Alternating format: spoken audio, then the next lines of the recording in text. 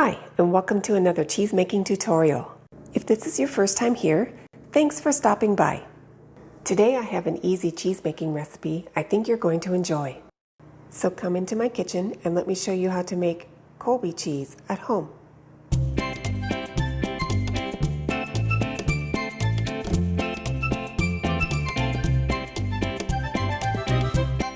Here's an easy tip. You can take a sanitized knife and pierce the cream line so it's a little bit easier for you to pour. Slowly heat the milk to 86 degrees and stir occasionally while you're heating it. When you've reached the target temperature of 86 degrees, you can turn off the stove, and then you'll take 1/4 teaspoon of mesophilic culture and sprinkle it on the top of the milk. Allow this to rehydrate for 5 minutes. Then stir in the culture using a top to bottom stirring motion for 1 minute. And cover the milk and let this milk acidify for 1 hour. We will see you in 1 hour. After the hour has elapsed, it's time to add the remaining ingredients. The next set of ingredients will need to be diluted, each in a 1/4 cup of non-chlorinated water. So let's do that first. Take 3/4 of a teaspoon of calcium chloride and add it to the non-chlorinated water. I'm using calcium chloride because I'm using pasteurized, unhomogenized milk. Add it to the milk.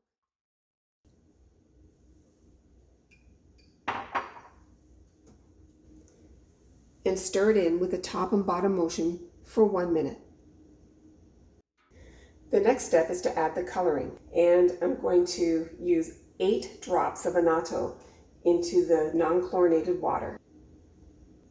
And then you'll add it to the milk.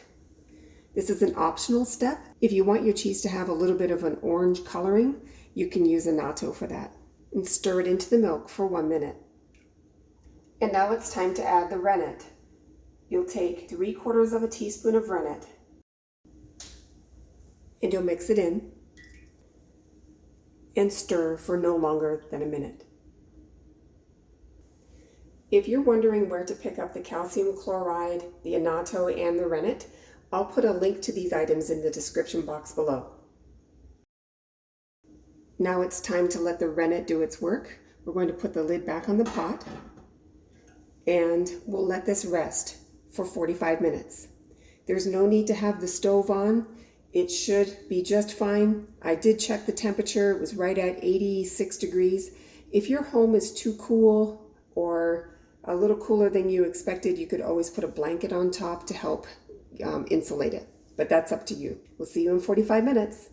Now it's time to check to see if we have a clean break. Here's how you can do it. You can take a slice with a curd cutter and then pull back the curd and watch for the whey to go seeping in. And yeah, I definitely see that. It looks like a nice clean break. Cut the curds in 1/2 inch cubes, first vertically, then horizontally.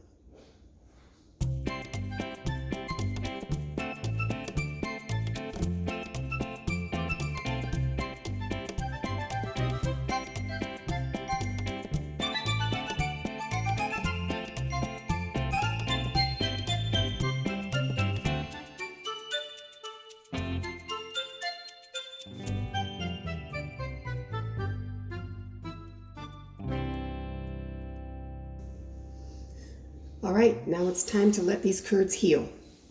Cover the pot and let them rest for 5 minutes. See you in 5 minutes. Now it's time to cook the curds.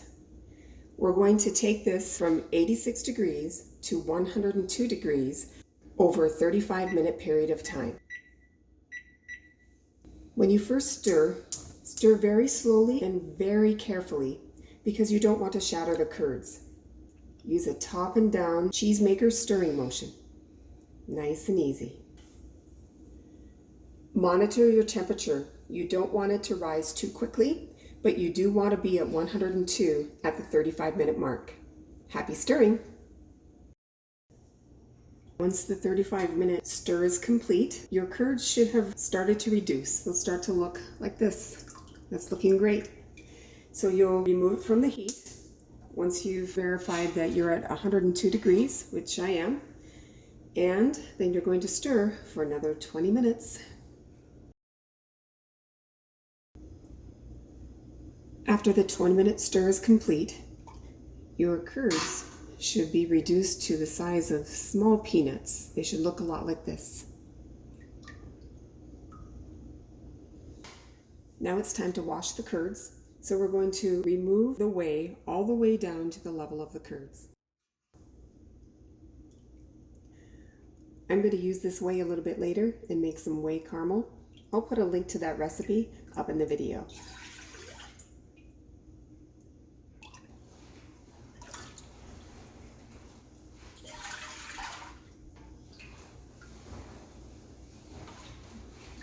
And that's what it looks like once you've reduced the whey down to the curd level. This is non-chlorinated water and it's about 60 degrees. I had it in the fridge for a few minutes to reduce it from the room temperature it was at. And we're going to add in 6 cups. This is known as washing the curd. It reduces the acidity level, makes it for a nice mild tasting cheese.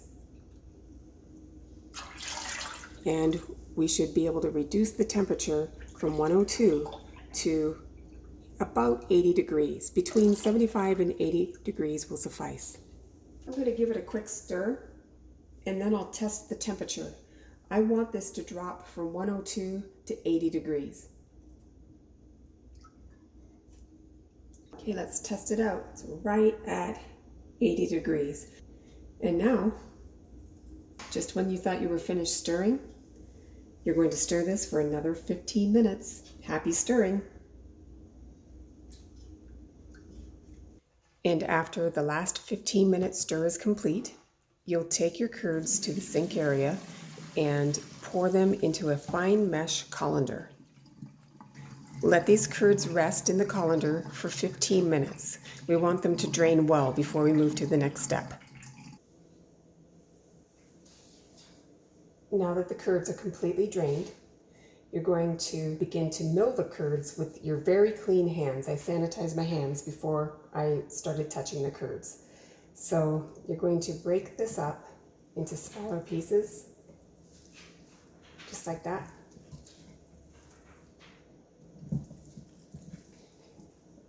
And then once the curds are broken up into smaller pieces, you'll take 3 tablespoons of non-iodized salt and mix them through the curds.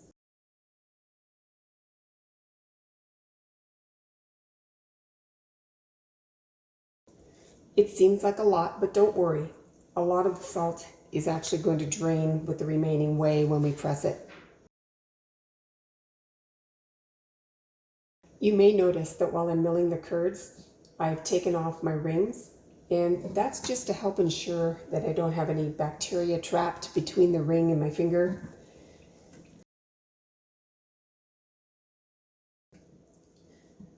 The salt is mixed through, and now we're going to take the curds and we're going to put them in a cheesecloth lined mold. And this cheesecloth is a number 10 cheesecloth.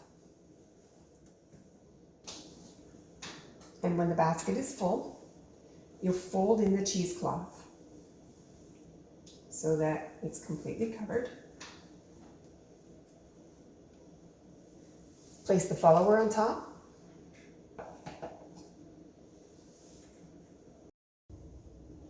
The next stage is the pressing stage, and this pressing will be done in 4 separate stages.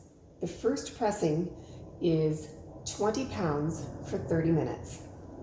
And this is where I'm glad that I don't have to do the heavy lifting and I have someone to do it for me today.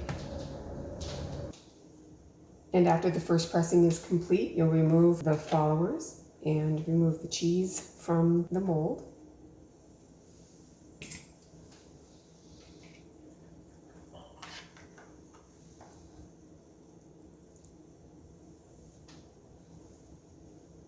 Flip over the cheese and return it to the mold.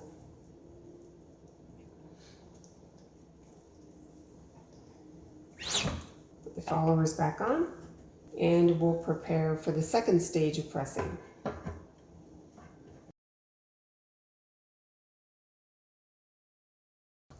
Stage 2 of the press is to press at 30 pounds for 30 minutes.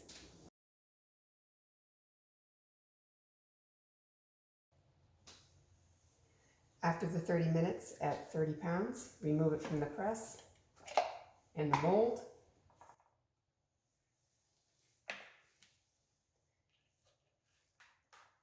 And take it out of the cheesecloth. Still pretty fragile at this stage, but it's starting to come together. Flip it over.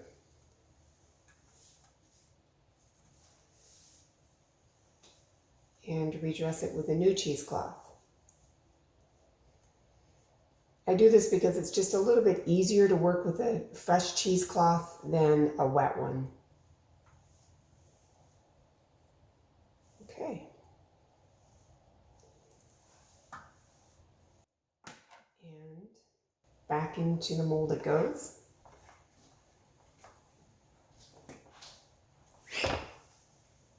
This time we're going to press it at 40 pounds for an hour.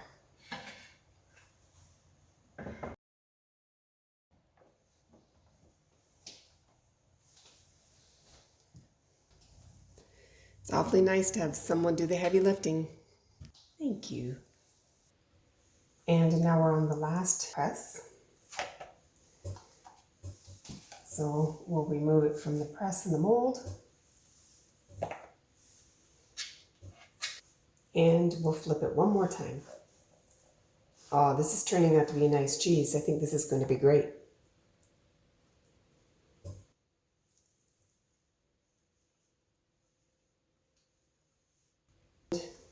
This time, you can see I have some extra cloth. I'm going to cut this off so that I don't have the wrinkles show up in the cheese itself. It'll just make for a prettier cheese.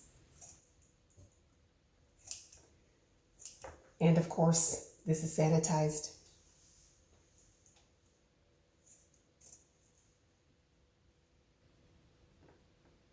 Okay, I think that should do it. And this is stage 4 of the pressing. We're now going to press it at 50 pounds for 12 hours or overnight.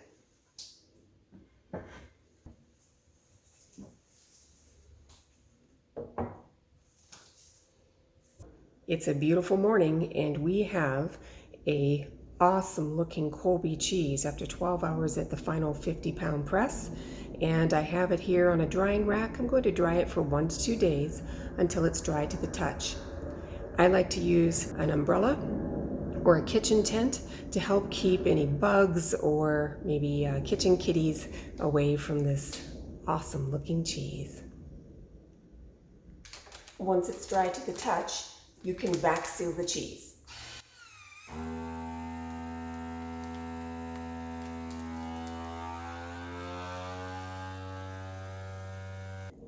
And then place the cheese in the cheese cave for 3 months at 55 degrees. And remember to turn the cheese weekly. It's 4 months later and I am ready to try this cheese. I am excited about this one. I wanted to show you this. Can you smell it? It smells good.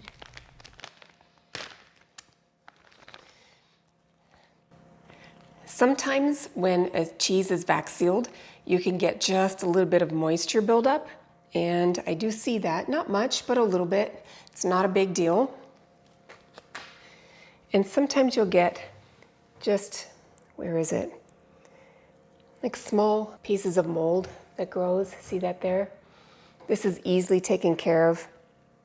You can just pare it off or wash it off with a brine solution. But I'll just pare it off right here. It's no big deal. Okay, first let's smell the cheese. Ooh. Since it's a Colby, I'm expecting a mild cheese. Yeah, smells good. Let's see what it tastes like.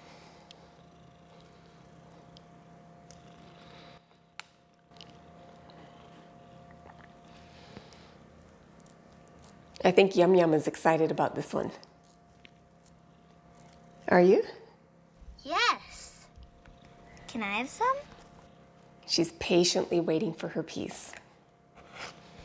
I'm waiting. Very nice. Oh, that's pretty. Little holes, little mechanical holes, and it is a little bit lacy, so that's good. That's what I was hoping for. I wonder how it slices. Let me grab my slicer.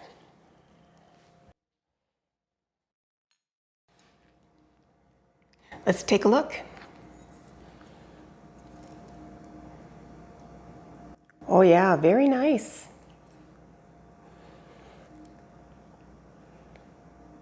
Oh, it slices nicely. Yeah, that's great. Okay, it's soft and pliable. Really nice cheese. All right, let's taste it.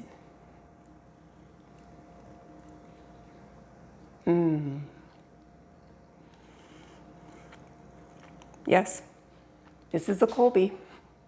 It's always so wonderful when the cheese you create turns out the way you hoped it would, because it doesn't always work that way, and that's okay. Is that good? Yes. Here, put it here for you. There you go. Thank you. This is everything I expected it to be. It's mild and creamy. The texture is what you would expect from a washed curd cheese like this one. And at 4 months, it has just really come into its own. What do you think, YumYum? Is it good? Yum. Yeah? High five. High five, Lisa. Nice job. Yes. Good job, YumYum. High five. We did it. We like it. It's a good cheese. I will do this one again. You can put this one in your repertoire. Very happy with the results. Not a hint of bitterness. It's mild and creamy, just the way I'd hoped. And truly a Colby. So thanks for watching. We sure appreciate it. We'll see you in the next video.